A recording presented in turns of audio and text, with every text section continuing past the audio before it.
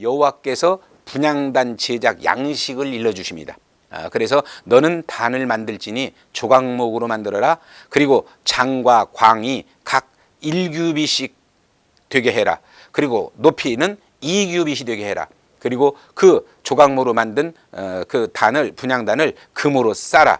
그래서 주위에 금태를 두르고 금고리 둘을 만들어서 하나씩 달고, 그래서 채도 조각목으로 만들고 금으로 싸라, 이렇게 말씀을 하십니다. 그러니까 결국 분향단도 성막 도구로서 금으로 만들었다는 얘기죠. 아까 말씀드렸던 대로, 전에 말씀드렸던 대로 재료는 역시 조각목입니다. 우리가 아는 대로 약하고 버림받고 부족한 인간을 상징하는 것이고, 또 십자가에 달리신 예수 그리스도의 모형이다, 그렇게 말씀을 드릴 수 있죠. 그 다음에 정금으로 싸라 하는 것은 예수 그리스도의 신성과 그리고 영광과 절대적인 믿음의 상징인 바로 금으로 싸라, 즉 믿음으로 쌓여라, 믿음으로 살으라는 얘기입니다. 이 신앙생활을 우리는 많은 사람들이 신념으로 하려고 합니다. 내가 뭔가 생각하는 것이, 믿는다고 생각하면 그것이 믿음으로 착각합니다. 저는 분명히 말씀을 드립니다. 신앙은 신념이 아니라는 것입니다. 신념은 내가 갖는 것이고 신앙은 하나님이 주시는 겁니다. 그래서 우리가 신앙을 신념으로 착각하면은 인간 중심의 일을 하게 됩니다. 인간 중심의 일을 하게 되니까 오늘날 성도나 교회가 정말 세상 사람들이 신뢰하지 못하는 세상 방법 그대로 세상 것을 위해서 이제 달려가고 있죠. 그러니 신뢰를 얻을 수가 없죠. 그래서 당연히 기독교가 지금 외면을 당하고 있는 그런 상황이 거기서부터 시작이 됐다고 해도 과언이 아닐 겁니다. 아무튼 우리 신앙생활은 믿음으로 쌓여야 된다. 그래서 그 황금 같은, 점금 같은 믿음으로 쌓이면 정말 그 하나님이 가장 기뻐 받으시는 그런 내가 될 수 있다는 얘기죠. 그 믿음으로 쌓인다는 게 뭡니까? 결국은 내가 잘못된 것은 회개하고 걸러내고, 또 그 아름다운 그 하나님의 말씀을 그대로 믿고 지켜서 따라가는 것, 이것이 신앙생활이다. 그래서 장과 강이 한 규빗으로 되게 해라, 정사각형이라는 얘기죠. 그래서 이 분향단은 그 정사각형 바른 기도를 할 수 있어야 된다. 어떤 기도가 바른 기도입니까? 우리가 쉽게 말하면 기도는 누구나 하기 쉽고, 또 누구나 해야 하고, 또 누구나 하나님의 응답을 받아야 됩니다. 그런데 그것이 뭡니까? 바른 기도를 해야 된다. 바른 기도는 뭡니까? 하나님이 원하시는 하나님의 뜻대로 하는 그런 기도다. 그래서 주님이 가르쳐 주신 기도 말씀하시죠. 먼저 하나님의 나라와 의를 구하라.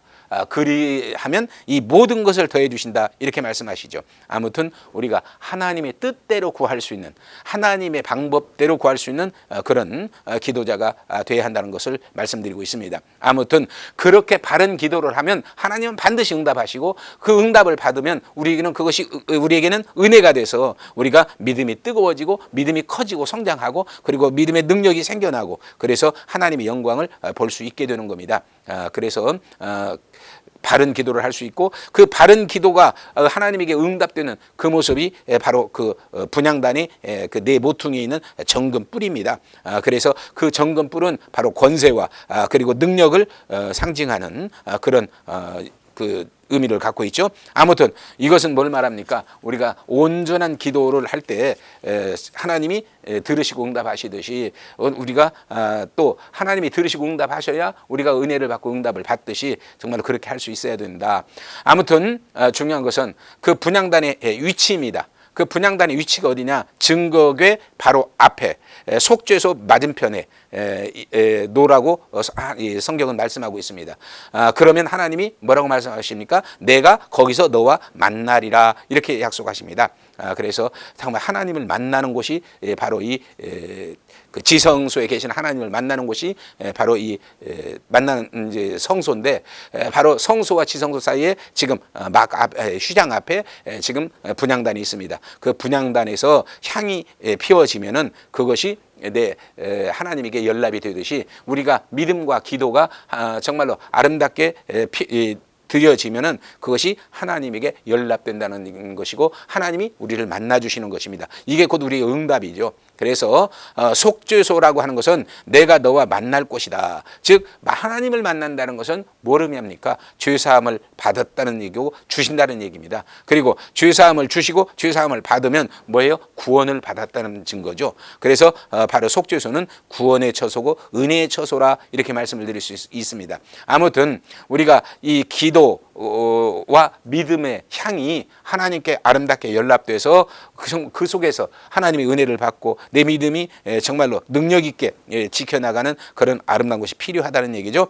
그래서 우리가 이 기도라고 하는 것은 절대 뭐 해도 되고 안 해도 되는 게 아닙니다. 믿음을 가졌다고 하면 우리는 하나님의 은혜를, 하나님의 능력을, 하나님의 도움을 요청할 수밖에 없습니다.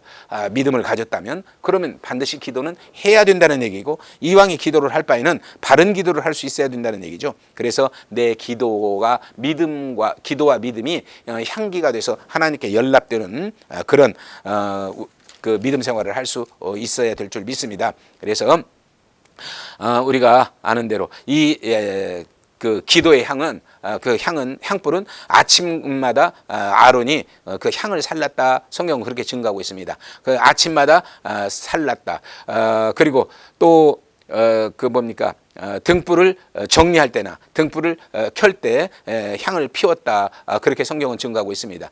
또 번제나 또 소제나 뭐 이런 것이 아니라 언제나 이런 거 상관없이 매일 기도에 향을 피웠다는 얘기죠. 그래서 우리가 이 기도라고 하는 것은 곧 믿음이라고 저는 말씀을 드립니다. 그러니까 기도하지 않는 믿음, 그건 진정한 믿음이 아니라고 저는 봐져요. 왜? 세상에서 정말 우리가 영적 세계에 바라는 소망이 너무 큰데 그것을 하나님께 요청하지 않고 내 힘으로 하려고 한다? 아니면 관심이 없다? 이건 믿음이 아니죠. 우리가 어떤 믿음을 갖고 살아야 할 것인가? 참으로 기도하는 믿음으로 살아야 된다 하는 것을 가르치죠. 그래서 믿음의 기도는 반드시 응답해 주신다고 하나님이 말씀하셨고, 그 믿음의 기도는 하나님의 뜻을 위한 기도고, 그 하나님의 뜻을 위한 기도는 권능이 있는 기도고, 그 권능이 있는 기도는 바로 뭡니까? 회개 속에서 일어나는 기도다. 이런 기도자가 될 수 있어야 된다. 그래서 우리가 기도를 하는데 향을 피우는 방법과 종류를 출애굽기 30장 34절이야 38절은 말하고 있습니다.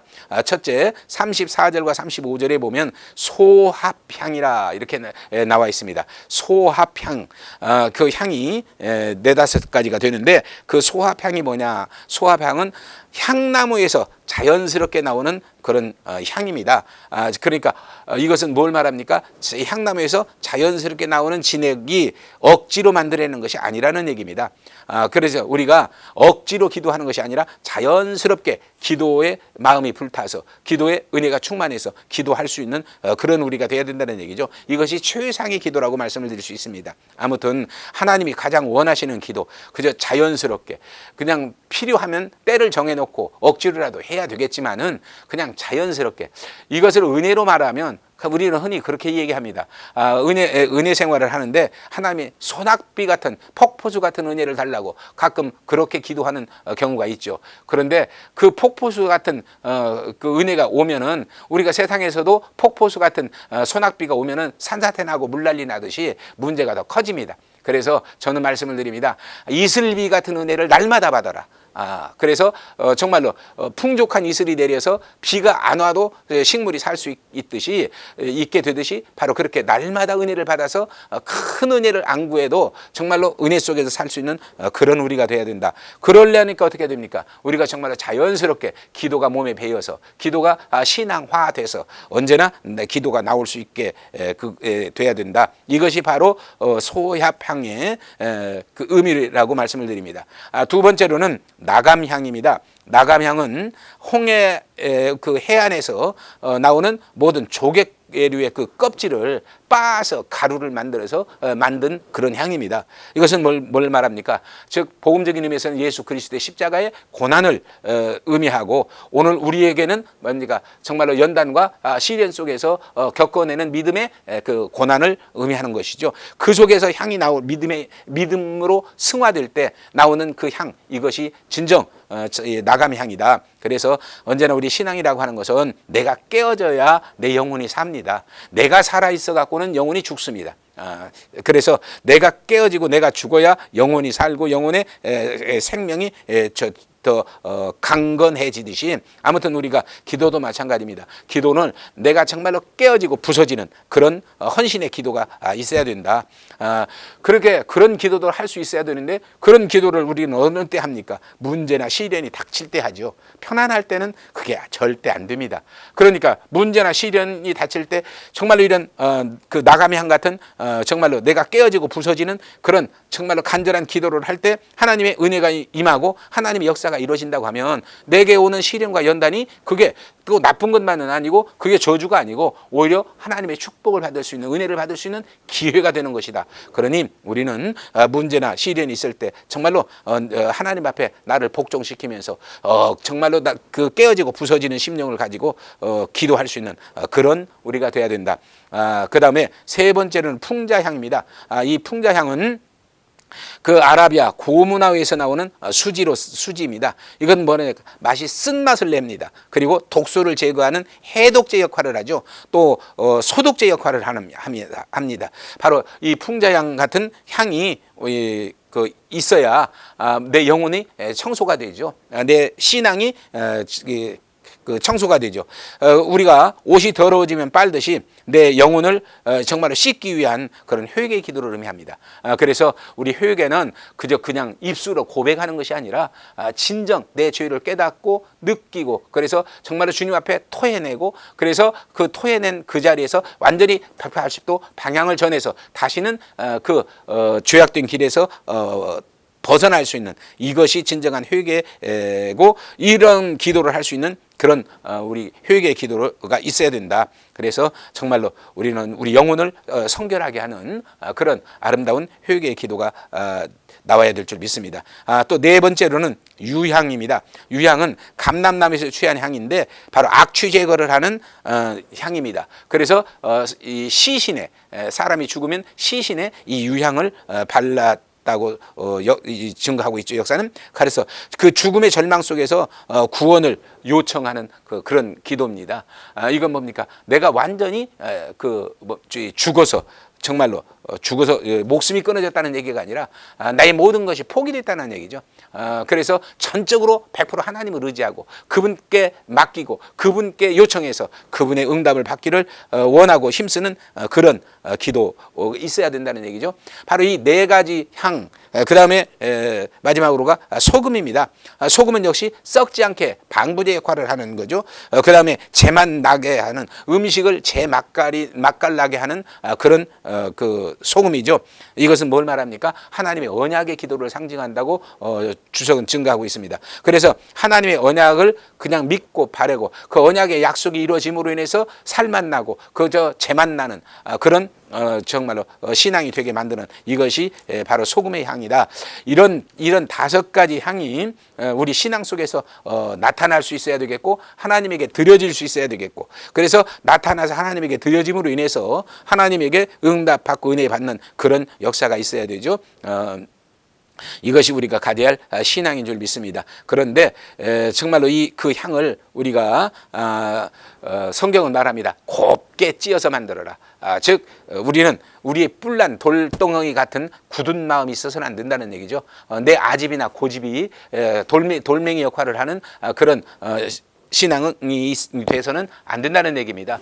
정말로 내가 깨어지고 내가 부서지고 내가 그래서 고운 가루가 되듯이 바로 그렇게 깨어진 신앙, 겸허한 신앙, 겸손한 신앙이 돼야 된다. 그리고 언제나 증거궤 앞에 있어서 거룩하게 하듯이 바로 우리는 기도는 어디서 해야 됩니까? 하나님 앞에서 해야 된다. 하나님이 어디 계십니까? 언제나 내가 믿음으로 기도하면 그곳에 하나님이 임재하셔서 내 기도를 들으실 수 있는 그런 정말 아름다운 믿음의 기도를 할 수 있어야 된다는 얘기가 됩니다. 그러므로 우리는 그저 내 필요에 따라서 그냥 막연하게 그런 게 아니라 진정 내가 하나님 앞에 무릎을 꿇고 그 하나님 앞에 간구해서 그 하나님이 들으시고 그 하나님이 응답하시게 만드는 그런 기도자가 되어야 되죠. 이것이 바로 우리가 해야 할 기도고 하나님이 원하시는 기도다. 그 다음에 이렇게 이제 분향단 다음에 지성소와 성소를 가로막고 있는 것이 휘장 또 하나가 있습니다. 그 휘장은 바로 성경은 말하고 있습니다. 바로 예수 그리스도의 육신을 상징한다, 의미한다, 예표한다고요. 그래서 예수님이 십자가에서 운명하셨을 때 딱 운명하시자 황소 2마리가 땡겨도 찢어지지 않는 바로 그런 휘장이 그냥 위에서부터 쫙 갈라져서 둘이 됐다. 그렇게 성경은 표현하고 있습니다. 그건 뭘 말합니까? 하나님이 예수 그리스도의 피를 죄값으로 받아서 인류의 죄를 속량하셨다는 사실을 의미하는 겁니다. 그래서 하나님이 갈라서 이제는 하나님이 계시는 지성소를 우리가 믿음으로 들어갈 수 있고 하나님이 우리와 함께 하시는 길이 열렸다는 얘기죠. 그래서 히브리서 9장 22절에 말씀하고 있죠. 그 휘장은 곧 예수 그리스도의 육체다. 그리고 휘장이 갈라짐으로 인해서 하나님과 우리 사이에 길이 열렸다는 것을 우리에게 가르쳐 줍니다.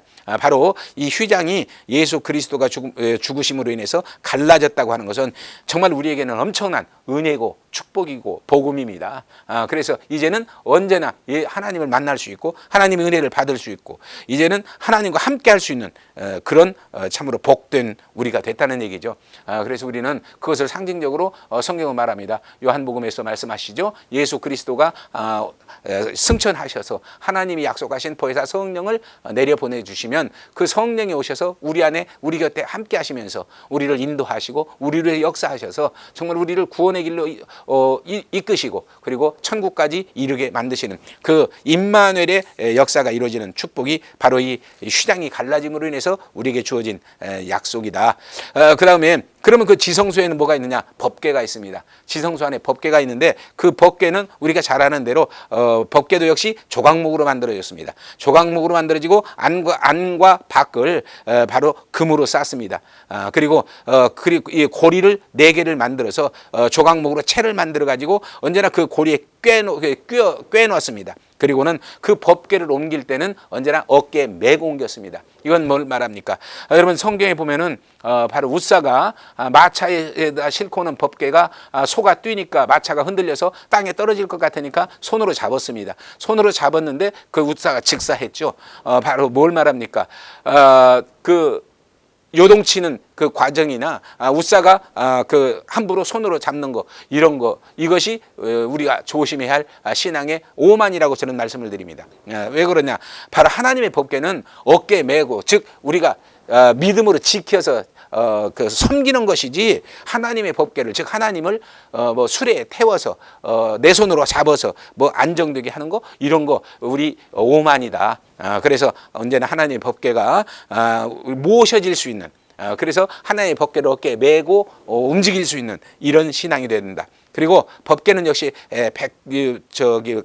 조각목으로 만들었다고 하는 건 참으로 우리가 감격스러운 것은 만약에 법궤가 백향목이나 감람나무 같은 좋고 제목이 되는 큰 나무로 딱 썰어서 만들었다고 하면 이것을 복음적인 의미에서 볼 때 세상에서 낮고 천한 자리에 있는 인간들이 정말로 구원의 소망이 없죠. 그러나 조각목으로 만들었다고 하는 것은 우리같이 낮고 천한 인간에게도 구원의 소망이 있다는 사실을 하나님은 우리에게 가르쳐 주는 것이니 정말로 우리가 기뻐하고 감격해야 할 신앙 아니죠. 그러면 이 법궤를 옮기는 것은 항상 어깨에 메고 옮겨야 된다. 하나님의 말씀은 우리가 믿음의 짐으로 지고 지키는 것이 신앙이다. 그러면 그 법궤 안에는 뭐가 있습니까? 우리가 잘 아는 대로 십계명 돌판이 있었죠. 그리고 아론의 쌍난 지팡이가 있었죠. 그리고 만나의 항아리가 있었죠. 이것은 바로 하나님이 인류를 구원하시는 그런 것을 상징적으로 보여주는 도구들이죠.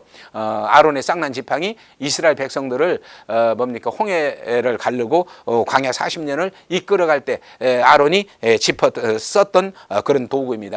또 하나 거기서 싹이 났다는 것은 생명의 역사가 꼽혔다는 얘기죠.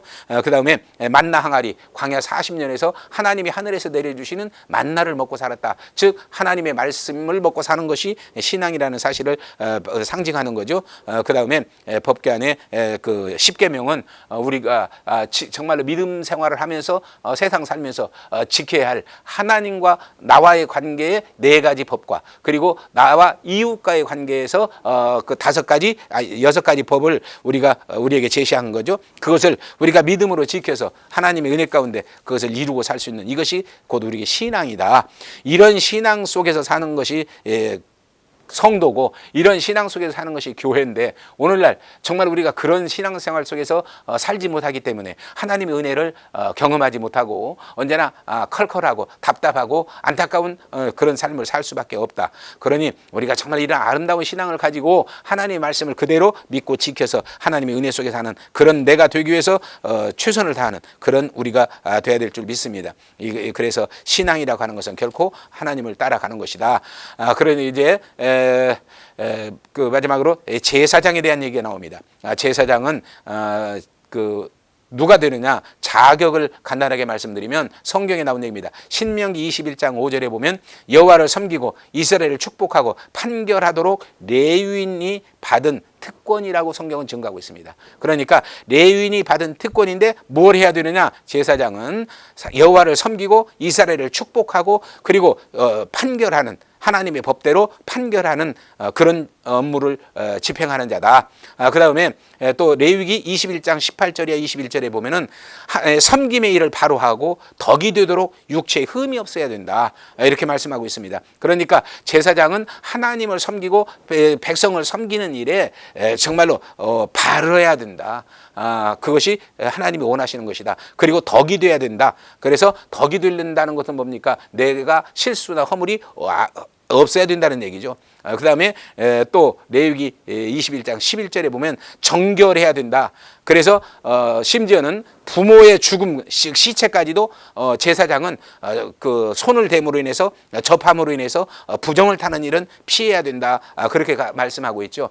오늘날 정말로 어떤 신앙을 갖고 살아야 할 것인가를 제사장의 신앙을 보여주는 겁니다. 또 레위기 21장 13절과 14절에 보면은 혈통을 보존하라고 말씀하고 있습니다. 그러니까 레위족은, 제사장은 혈통을 보존해서 그 성결을 지키라는 얘기죠. 거룩을 지키라는 얘기입니다. 이것이 하나님이 성경에서 말하는 제사장의 임무다. 그 다음에 또 하나 임무가 뭐냐? 자격이다. 그 다음에 임무는 그럼 뭐냐? 바로 레위기 16장에 보면은 율법을 가르치는 일, 그리고 번제단에서 속죄 제사를 집례하는 일, 그리고 자신의 정결을 위해서 항상 수족을 씻고 하나님 앞에 설 수 있는 그런 그 성결에 준비된 신앙. 그 다음에 안식일마다 떡을 진설해서 진설하는, 그래서 하나님에게 연락되게 하는 그 사명. 오늘날로 말하면 정말로 왜 안식일마다, 즉 주일마다 하나님의 말씀의 떡을 준비해서 제대로 성도에게 먹이는 그런 일이라는 얘기죠. 다음에 출애굽기 25장 30절에 보면 그 27장 20절에 보면은 조석으로 등대의 불을 감금하라 그랬습니다. 그래서 우리 제사장은 최소한 아침 저녁으로 정말 하나님을 만날 수 있는 그런 은혜의 불을 지필 수 있는 그런 임무를 감당해야 되겠고, 그 다음에 레위기 16장 11절 이하에 보면은 지성소에서 대제사장은 1년에 1차씩 이스라엘의 전 백성의 죄를 짊어지고 지성소 안에 들어갑니다. 지성소 안에 들어갈 때 죄가 용서받지 못하면 바로 제사장이 죽음을 당하게 됩니다. 그래서 지성소에 들어갈 때는 허리에 줄을 묶고 들어갑니다. 그래서 제사장이 지성소에 들어가서 죄가 용서받으면 이제 살아서 움직이면은 옷에서 방울 소리가 나기 때문에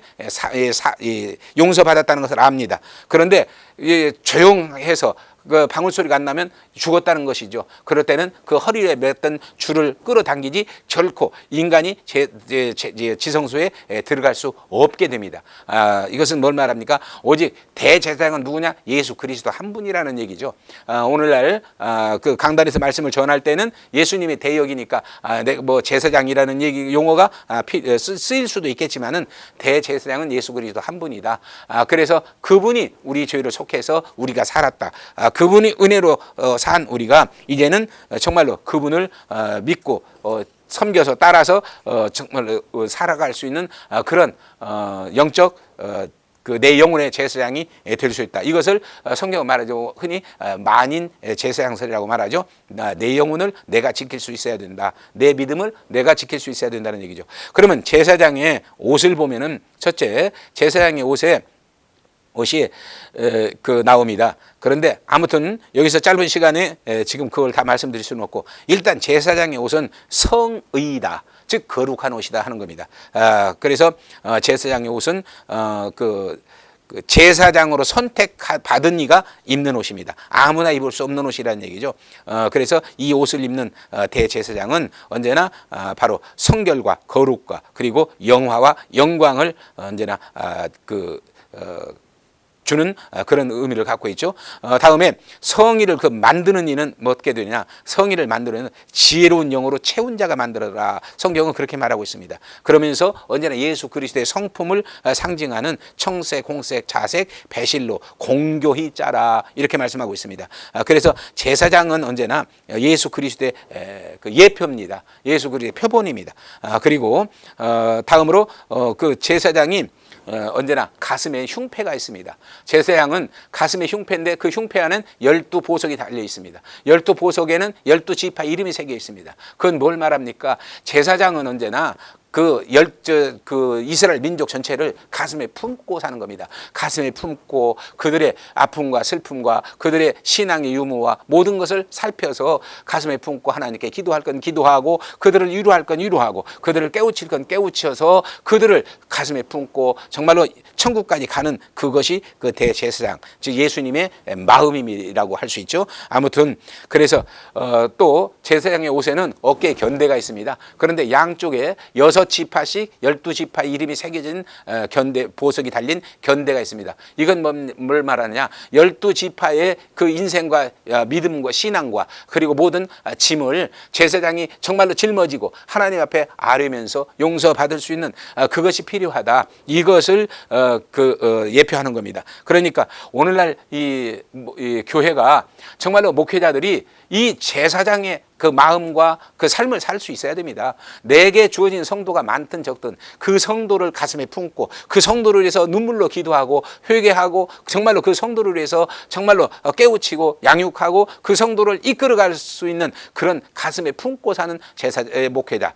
그 다음에 그 성도의 신앙과 인생의 모든 짐을, 인생의 짐을 삶의 짐을 질 수는 없지만 신앙과 인생의 모든 짐을 정말로 어깨에 짊어지고 정말로 그것을 하나님께 아뢰면서 그것을 위해서 살아갈 수 있는 그게 제사장이다. 그래서 이렇게 제사장의 사명을 제대로 감당하는 제사장 즉 목회자 앞에서는 정말로 그 말을 듣고 따르면 그것이 곧 구원의 길이고 생명의 길이고 은혜의 길이다 아는 것입니다. 그러니 정말 우리가 그것을 오늘날 그 목회자들이 거기서 벗어나서 교회를 또 성도를 그 실족시키는 일이 참 많은데 뭐 제가 구체적으로 이 같은 목사를 할 수는 없지만은 목사로서 할 수는 없는 얘기지만은 아무튼 그 성도를 실족시키는 일을 참으로 조심해야 된다. 그리고 언제나 정말 그들을 가슴에 품고 어깨에 짊어지고 그들과 함께 걸어갈 수 있는 그런 우리가 돼야 된다. 이것이 이제 이렇게 될 때 성막이 완성이 되면 거기에